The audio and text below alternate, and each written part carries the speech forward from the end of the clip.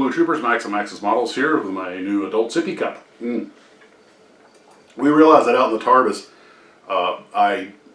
everything obviously, you know, gets, if I take a glass of water out there, there's two problems. One, it'll get warm pretty quick, and also, of course, I have cups and things out there with solid, sometimes use old coffee cups and stuff. There's always the tiny possibility I might grab the wrong cup and But my wife got me this, and this is one of those thermos cups. She's got one just like it. They're pretty indestructible in case I knock it off the shelf, which, let's face it, we all know there's a good chance Max the Klutz is going to do that. And, of course, keeps the stuff cold for hours.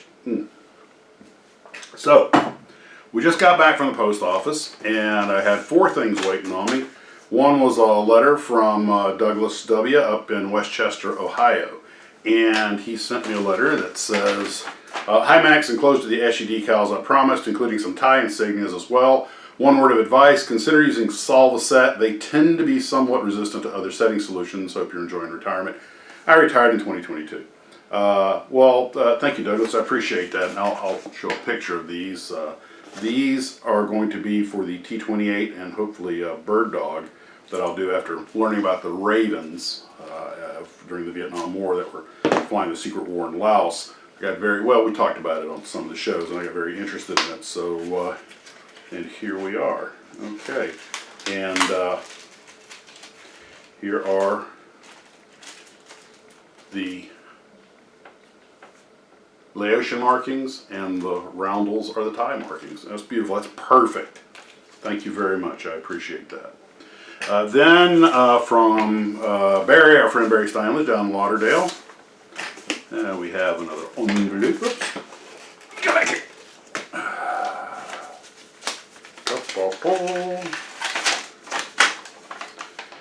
Max, I meant to give you this on the night of your retirement party. For those who don't know, Barry was able to make the retirement party here in Jacksonville. I left Hurricane Hobbies, went back to the hotel where I had left it inadvertently. I found it in the papers this afternoon, forgotten about it. Please enjoy. I figured you'd find a good use for it, better than a model or supplies I could get to you. Now that you've monetized, don't tell about this to IRS. Okay, Ed. What we have is a gift certificate to Hurricane Hobbies, and I have another one over here. Both of these gift certificates, I've already got a lot of stuff mapped out for them, including the pin vise set. I've got 2 pin vise handles, but only something happened to my little cone plastic thing that had all the 20-odd different bits in it. So I need to take care of that. I need to get some more. And now I have the Kiradashi to open the boxes. And this first one is from Mr. Fox up in Colorado, Aurora, Colorado. Let's see what's in here. And this time I did not pre-open the boxes. I have no idea what's in here. And if you see a mysterious cut in the film, you'll know I was like, oh, I can't tell them about that. Oh, I can't show that. Okay. A little. Something inside it.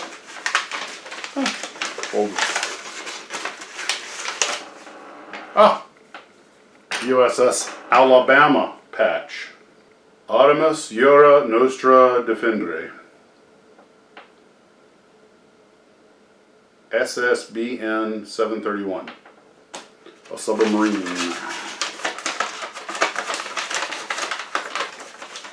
Hi Max, I hope my parcel made it to you in good shape. It does appear to be.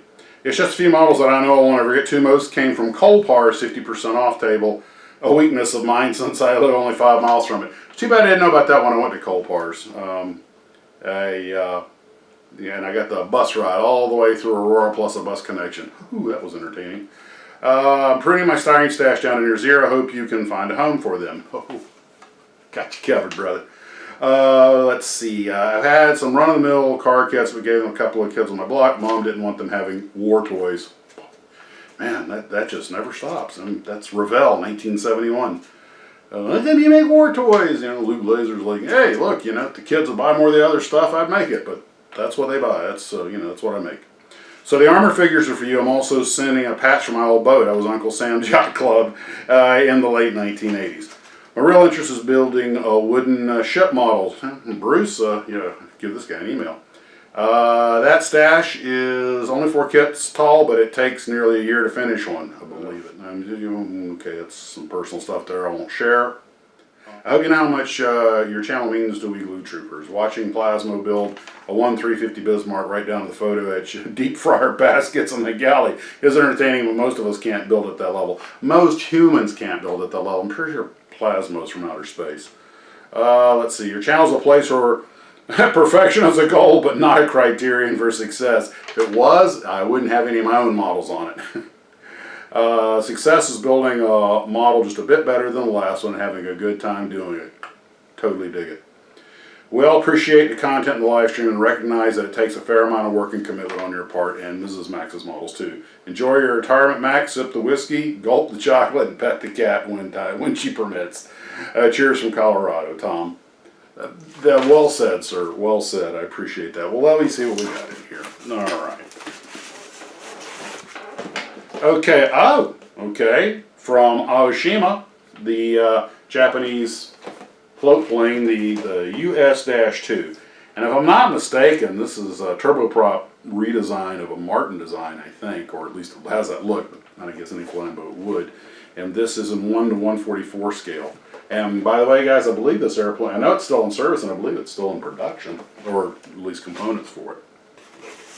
Next up, everything is go. I do love rockets and gantries. And John Glenn in the inflatable rocket.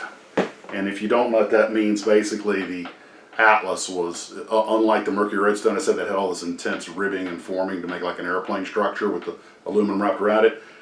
The Atlas was basically an aluminum balloon filled that used internal pressure to hold everything together. In fact, there's a famous picture of one of them like deflating, lost pressure, and it fell over on itself, just collapsed.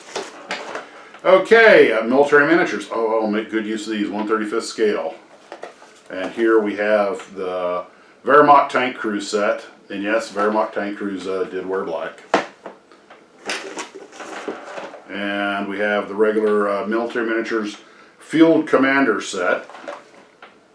So we're looking at, looks like a lieutenant, I think it's a lieutenant colonel, first lieutenant Oberleutnant, a private, and I believe that's a master sergeant. Just glimpsing it. And we have the field kitchen. I actually saw one of these at Hurricane Hobbies. Didn't buy it because no, got one. But you know, people laugh that an army runs on its stomach. And machine gun crew. So Wehrmacht machine gun crew. And oh, this is too good. Okay, this is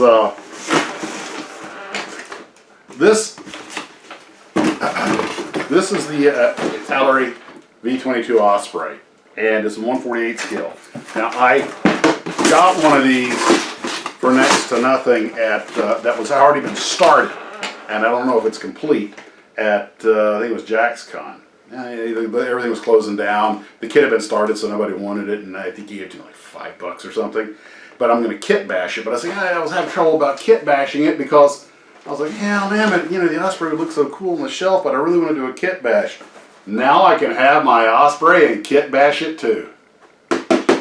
All right. All right. Well, thank you for that very much. Let me put this right here with this. Thank you, Tom. I do appreciate that a very great deal. And that's all perfect. And I have plenty of uses for the figures also. In fact, I get these figures after I made well, I wonder if there's, I don't really need to make another Major Plus Scat. I think the one I did does the job, but that would have been kind of handy. But maybe I could, I have to think about that. Okay, so, get the Kiradashi back. Don't fall over. This was made for me by Trey of Trey's Models. This is a Kiridashi. It's a Japanese carpentry, or a replica of a Japanese carpentry knife, and it's perfect for opening the boxes. Okay, this is from our old friend Orange Tabby, Garfield up in Canada.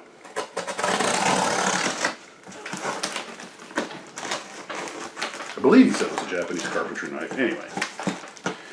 For those who don't know, Trey's out on Facebook. He's, of course, one of our regular glue troopers. Does fantastic model builds, but he's also been making a lot of knives lately. And he's got a lot of stuff on that. You go out there if you're interested in knife making, check it out. Okay.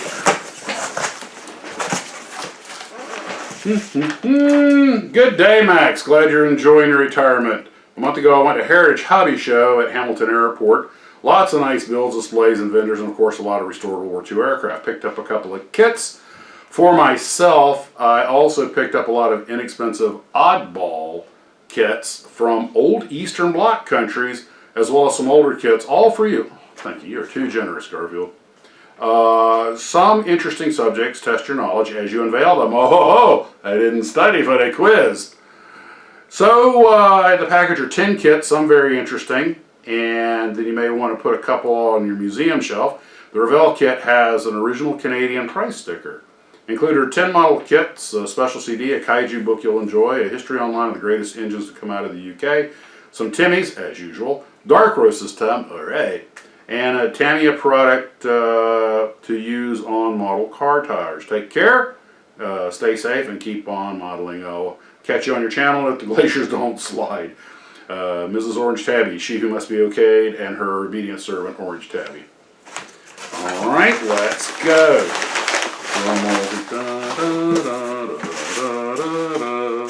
And first up is, Kathy gets the book. Ah, of course. The Merlin. And truly the greatest engine to come out of the UK. Okay. I was hoping it would smell like avgas. Dark Roast Timmies.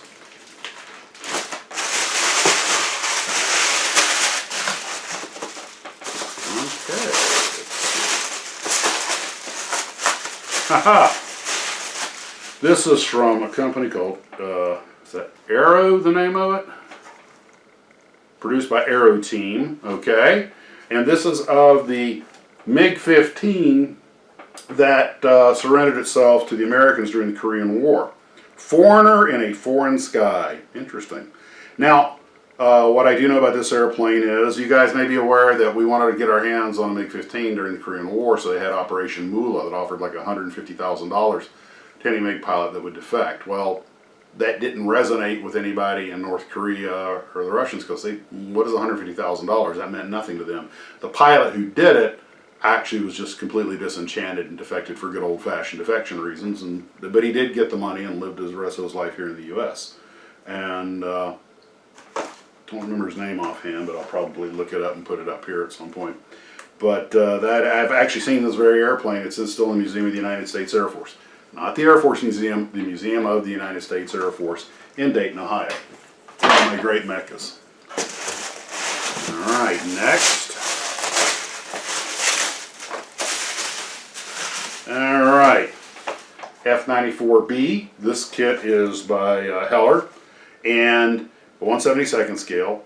And for those who don't know, the F-94, the Air Force is dying for an interceptor, a jet interceptor. Kind of an all-weather sort of thing. So they basically highly modified a T-33, put an afterburner on it, and some of them were armed with rockets and a big radar. They went through it, and some of them had guns. This one has the gun version. And they went through a series of iterations of the F-94, F-94B, Starfire. And definitely an interim airplane. I guess it would be fair to call it mediocre, but given the technology of the day, it was probably as good as anything anybody else had. It would have probably thought they'd been chasing down like Tu-4 Bears or Bulls, the copy of the B-29. So it probably could have done the job. Thank God we never had to find out.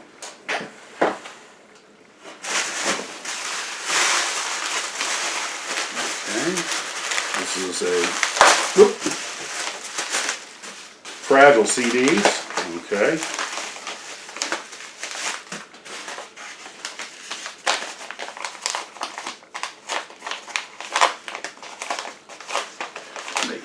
Edit some of this opening out, but the original Godzilla on CD. Sweet. Or I'm saying CD. I'm dating myself. On DVD. Thank you very much. It's like one of my 10 favorite movies.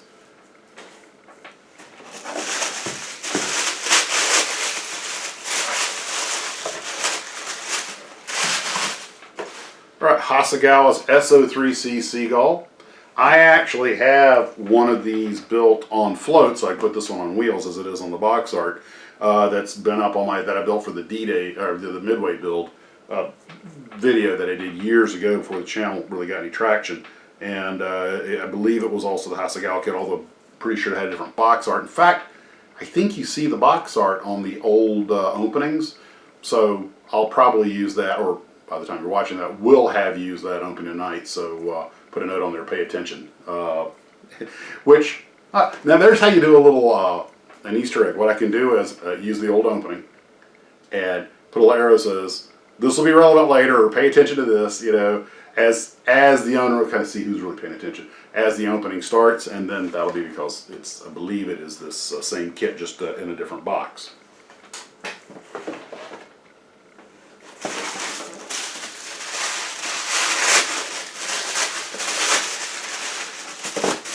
Book. This is the book Godzilla Raids Again, which was the second Godzilla movie. And also re-released in the US for some reason as the Fire Monster. Why they didn't use the name Godzilla, I don't know. It had brand identification by then, but who knows.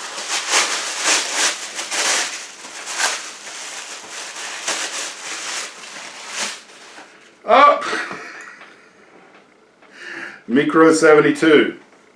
This is the LWS Zeppla, and we had just been talking, I think, about this I think it was the same company recently, because I was gifted that set of them, and I'll have to look into that now, but MIKRO 72, which I believe means micro, because your model similar to a Brutski constructed Yanovich or Brutski. Yeah, basically, if I remember right, this is a plastic scale model of a Polish military airplane. And that will go perfectly with the other ones.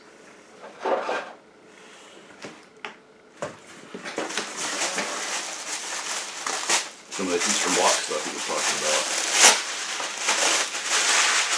about. Another MIKRO kit. This, I don't even have to look at IL-2 Sturmovik. And now this is funny, it's in Russian markings with a Polish flag, so yep. Comes in a nice sort of a lime green. Man. You probably shouldn't build these because they're really rare kits these days, but part of me was like, come on, build one, you know, see if they're any good. I mean, the molding looks alright. Mr. President, you just can't expect a bunch of commies to make a model like our boys do. Oh, I can. No, this is Hughes 500D from Hobbycraft. And I'm not going to paint it up like Magnums, but this is what TC flew on Magnum. This is a big one. Oh, 124 scale. Oh, heck, I can put this with the cars. Look how big this thing is. That's pretty good size. That is all right. That's all right. Boom, boom, don't nobody worry about me.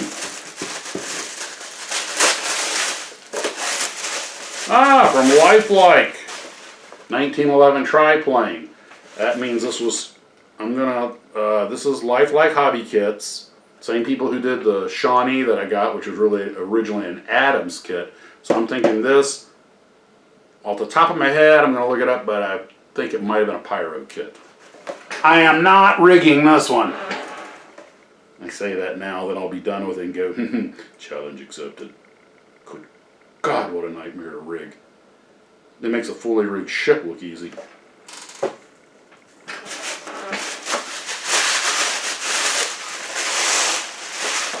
L-29 Delphin, and this is by we talked about these guys. KP, that's it. I cannot say this without butchering it. Kovazavudi Prost. This isn't the way it's spelled. It's my eyes. It's tiny. Prosterion. Anyway, it's the little Czech kit, and it's the L29. I actually saw one of these things some guy bought and had shipped to the U.S. I don't think he flew it very often. Thing is, you can buy these things. The real ones are cheap, even with a spare engine. Same for the TS11 Iskra, the Spark. But the problem is keeping them running. They don't break that often, but they're very old, and they're very simple. They're actually fairly easy to maintain, but you know, it's still old stuff. It's like having an old car. Things are just going to wear out or break, and I don't know how easy it is to get parts. There aren't that many people that import them, and now situation. If you ever get one of those, just make sure to stack up on all the spare parts you can. The good thing is, since half of them are built like farm tractors with a very agricultural approach, a lot of times you can figure out something that'll do the job for you. Not saying you should, but saying you could. A bunch of them flying. Revell. The P11C, or BZL. I have one of these on the shelf that was part of the the Freedom Fighters. It was the Swedish Fiat biplane, was it the 42? The Mosca, the little I-16 in Chinese markings, and this in Polish markings. But I'm always happy to do another one. And I'm pretty sure that's a Linwood artwork. I think it says Linwood in the corner. This is back when they put the pictures on both sides, it looks like. I don't. Oh, yeah, it was an end opening box. Okay. It's a typical 70s kit. You know, there's a little trouble fitting it together. Nothing too serious. You know, the usual cleanup that's required, but it makes a decent little model when it's done. And, here we have from Minicraft. One of my favorite, yet most controversial airplanes, the Lockheed Electra 188. And this is in PSA markings, Pacific Southwest Airlines. And of course, those you guys probably already know that the Electra was controversial because early on they had a couple of crashes. Turned out they had some resonant vibration that was getting into getting the turbulence. The engine would start doing this and rip off. And they had about 2 of them go down that way, I think it was. And then the airplane got a bad reputation. Well, they put in rubber mounts, shock absorbers, and got everything tuned up. Got the problem fixed. But by then the reputation was pretty badly trashed. If it hadn't been for that, we'd have seen a lot of these instead of like DC-9s and stuff for a long time because they're really pretty fast and extremely fuel efficient. Well, the Navy saved Lockheed by making that their new sub-hunter, which came the P-3 Orion and other airplanes as well. And then what was that one that got run into by a Chinese fighter, and they barely made an emergency landing in China, and the Chinese fighter pilot was hot dogging and clipped them. Was that the Ares? It was like their electronic warfare version. And so we kind of gifted the Red Chinese probably our most sophisticated piece of equipment. That's great. It's, what scale is this? 1 to 144. Good.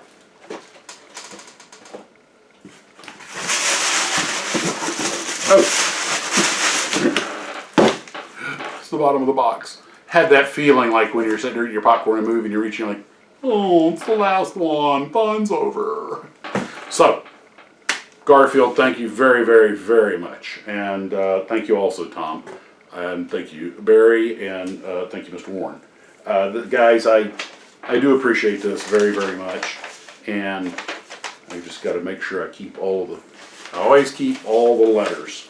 And somehow I managed to misplace the folder that they're all in. It's around here somewhere probably. And it's about that thick. I don't know how I misplaced it, but to me that's kind of an unofficial history of the channel.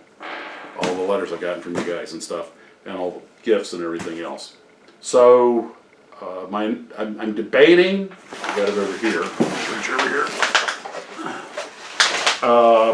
I have got so many projects going on the Targus, but I'm debating on starting this Williams Brothers Roscoe Turner Waddell Williams racer here in the office as my next preliminary office build. And I was watching Right On Replicas because he built one of these, because there's one thing about this kit that I really don't like, and that is that the decal, because I built the one that I did in the Weedle Williams markings, it's actually the markings, this black one, number 92 back here, is that the decal only goes to here, You have to match the paint to paint the lip around the cowling, and that's easier said than done. Although the gentleman right on Replicas managed to do it. He said he was using, he said, insignia red and adding a little black until it matched up. I don't have the best eye for color matching. I might have to have my wife do it, but I've just, it looks like a simple paint scheme, but it's not. It's harder than it looks. I mean, it's basically beige and this sort of insignia red, but it goes all the way around the edges of all the control surfaces on the tail and the horizontal stabilizer and the fin, and around the wing, as well as the landing gear. So I don't know if I'd call it hard. And then it's trickier, not hard. That's not the right word. It's tricky. So I might start on that. But I always thought that the Roscoe Turner was a colorful, flamboyant, interesting character. I only know one person that knew him. He wasn't a fan, but I imagine like fighter pilots and test pilots that race pilots were pretty thoroughbred bunch. I can see how they might be not everybody's favorite dinner guest. What? Somebody doesn't want to have a pilot over for dinner? And so I'm thinking about getting started on that one, but I have so much stuff in the shed to keep me busy right now that would just be something to tinker on when I'm here. So that's where we're at for right now. I have not been out to the Tarbis today. We've just had stuff to do here, but plan to get out this evening, see if everything's firmed up, if I can get the rubber bands off of it. Then and if I do that before I make this video, then it'll be on after this. Just a quick little update. I might try to get a little rigging done, but first things first. So that's what we have for the moment for right now. I almost didn't see this. Tire coating fluid. Okay, I'll have to read what that's all about. This is from Orange Tabby. Tire coating. Take care of yourselves, and as always, Model on.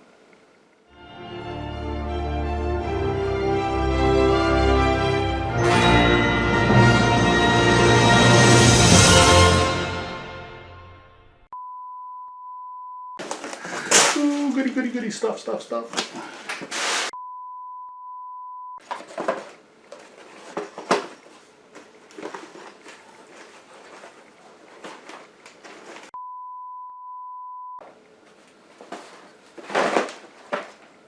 I swear, honey, they're all gifts.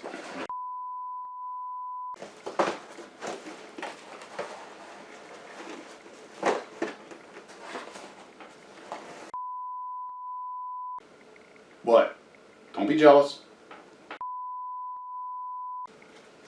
And this little piggy went to market.